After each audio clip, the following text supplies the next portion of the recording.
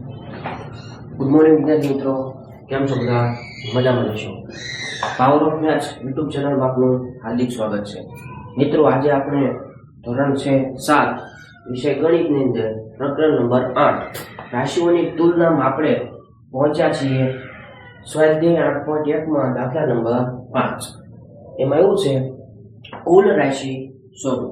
આ દાખલો છે નાની રીતે થાય અને મોટી રીતે ગણી શકાય, પણ આ જે દાખલા છે એ મોસ્ટ આઈએમપી દાખલા કહેવાય. પરીક્ષામાં આવા દાખલા પણ પૂછાય છે. કુલ રાશિ શોધવા માટે આપણે નાની રીતનો ઉપયોગ કરશું, જેથી કરીને ઝડપથી જવાબ આવે. કુલ રાશિ શોધો. કુલ રાશિ શોધવા માટે હંમેશા કુલ રાશિ છે ને 100% નીકળે. કેટલા ટકા નીકળે? 100% નીકળે. માની લો કે કોઈ વ્યક્તિ કમાય છે તો દર મહિને પગાર આવે ને, પહેલી તારીખે પૂરેપૂરો પગાર આવી લે. માની લો કે એનો પગાર 25,000 રૂપિયા છે, તો બેંકમાં 25,000 રૂપિયા આવી જાય. એનો મતલબ એવો થાય કે 100% પગાર આવી ગયો.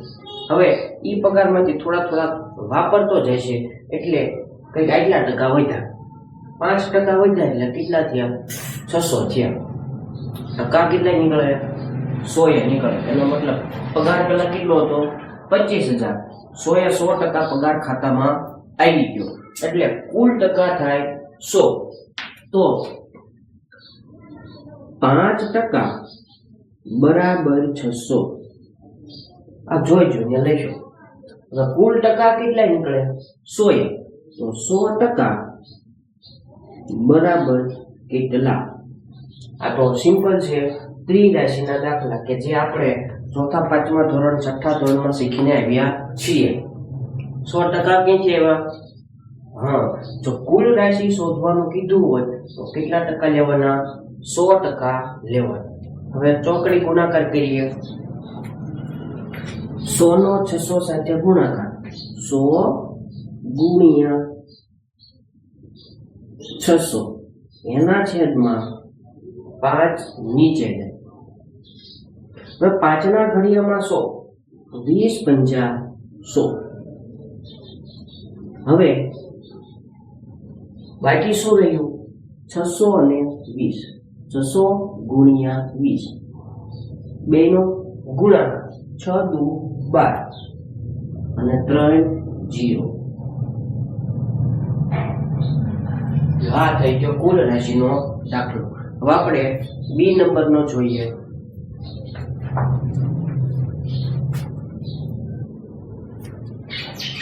હવે 12% બરાબર 1080 રૂપિયા થાય.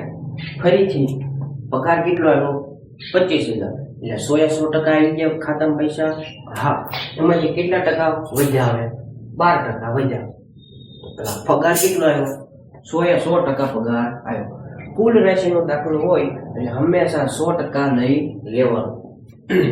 12% બરાબર 1080 રૂપિયા. આ એમ કુલ રાશિ એટલે 100%. 100% બરાબર કેટલા? ત્રિરાશિનો દાખલો ગુણાકાર. 100 ગુણ્યા 1080 એના છેદમાં 12.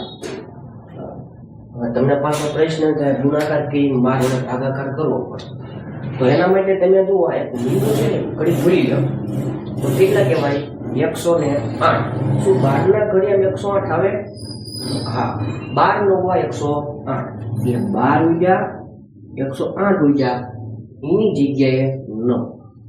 હવે આ એક 0 બાકી છે, એને ઉપર દઈ દો એટલે થઈ જાય 90. હવે વધ્યું છે એનો ગુણાકાર. 100 ગુણ્યા 90. 9,000 રૂપિયા. આ થઈ ગઈ કુલ રાશિ. કુલ રાશિ કેટલી હતી? 9,000 રૂપિયા હતી, જેના 12% બચ્યા તો થાય કેટલા? 1,080 રૂપિયા થાય.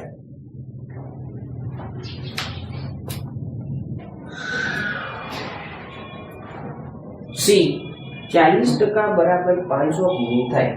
તો કુલ રાશિ શોધવું હોય તો શું યાદ રાખવાનું કીધું? 100% ધારી લેવાનું. તો 100% ધારી લઈએ. 40% બરાબર 500 કિમી. તો 100% બરાબર કેટલા? 100% ક્યાંથી લેવા? કુલ રાશિ શોધવાનું કીધું હોય હંમેશા 100% લઈ લેવાનું. તો 100 ગુણ્યા 500 એના છેદમાં 40. ઉપર નીચે 0 0 ઉડી જાય. હવે 4 ના ઘડિયામાં 100 આવે. 25 ચોક 100. 25 અને 50 મીઠા. 25 ગુણ્યા 50. 25 5 125 અને પાછળ 0 આપી દો. 1250. પ્રશ્નાર્થ નિશાન છે તેના ઉપર શું લખ્યું છે? કિમી. તો પાછળ જવાબ આવે કિમી. એનો મતલબ એને કુલ કેટલા કિલોમીટર અંતર કાપ્યું હતું? 1250 કિલોમીટર અંતર કાપ્યું હતું. ત્યાર પછી છેલ્લો દાખલો, કુલ રાશિ શોધો. 70% બરાબર 40 મિનિટ. તો કુલ રાશિ શોધવી હોય તો 100% ધારી લેવો બરાબર 40 મિનિટ. તો 100% બરાબર કેટલા? 100% ક્યાંથી લેવા? કુલ રાશિનો દાખલો હોય તો 100% ધારી લેવાનો. 100 ગુણ્યા 40 એના છેદમાં 70. 0 0 ઉડી. 100 ચોક 400. 400 ભાગ્યા 7. હવે બેનો શું કરશું આપણે? ભાગાકાર. 400 ભાગ્યા 7. 7 ના ઘડિયામાં 40. 7 પંચા 35. ઉતાર્યો 0. 7 ના ઘડિયામાં 50. 70 49. આનો તમે પોઈન્ટમાં ભાગાકાર કરો તો ભાગફળમાં ક્યાંય પોઈન્ટ પછી કઈ આંકડા ઉભા રહેશે નહીં. એટલે માટે આપણે મિશ્રમાં લખી દઈએ 57 પૂર્ણાંક 1/7 અને પાછળ લખી દેવાનું મિનિટ.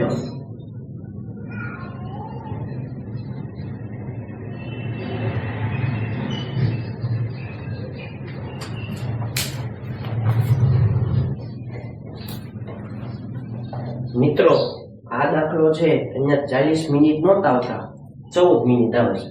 કાંઈ વાંધો નહીં, આપણે એક્સ્ટ્રામાં સમજશું. મને તમને આ દાખલો ગણાવી દે. અહીંયા છે કુલ રાશિ શોધો. કુલ રાશિ શોધવા માટે હંમેશા 100% લેવાનું. 8% બરાબર 40 લીટર. આ જોઈને લખી દે. તો કુલ રાશિ શોધવી હોય તો 100% બરાબર કેટલા? 100 ગુણ્યા 40 એના છેદમાં 8. હવે 8 ના ભાગ પાડીએ. 4 દુ 8. 25 ચોક 100. 2 ના ઘડિયામાં 40. 20 દુ 40. વધુ શું? 25 ગુણ્યા 20. 25 દુ 50. જવાબ 500 લીટર. કુલ રાશિ કેટલી હતી? 500 લીટર હતી. ત્યાર પછી આ એક્સ્ટ્રા દાખલા છે એની સાચી રકમમાં 14 મિનિટ હતા. આપણે ગણાવી દઈએ. કુલ રાશિ શોધવાનું કીધું હોય તો કેટલા ટકા લેવાના? 100%. 70% બરાબર 14 મિનિટ. તો 100% બરાબર કેટલા? ગુણાકાર 100 ગુણ્યા 14 છેદમાં 70. 0 0 ઉડી જાય. 7 ના ઘડિયામાં 14. 7 દુ 14. 10 દુ 20. 20 મિનિટ.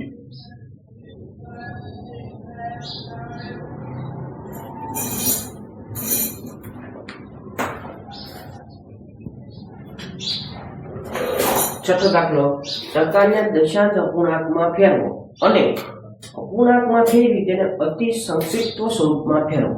એટલે કે આ જે ટકાવાળું છે એને શેમાં તમારે કન્વર્ટ કરવાનું છે?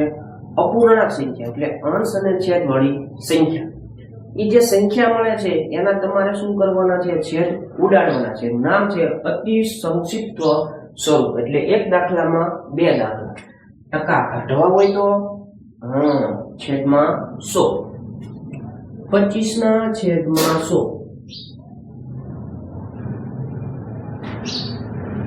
એટલે હવે આને આપણે શેમાં ફેરવવાનું છે? દશાંશ અપૂર્ણાંક એટલે પોઈન્ટ વાળી સંખ્યા. તો આને પોઈન્ટમાં કન્વર્ટ કરો તો છેદમાં કેટલા ઝીરો? 2. તો 2 અંક પહેલા પોઈન્ટ એટલે જવાબ આવે 0.25.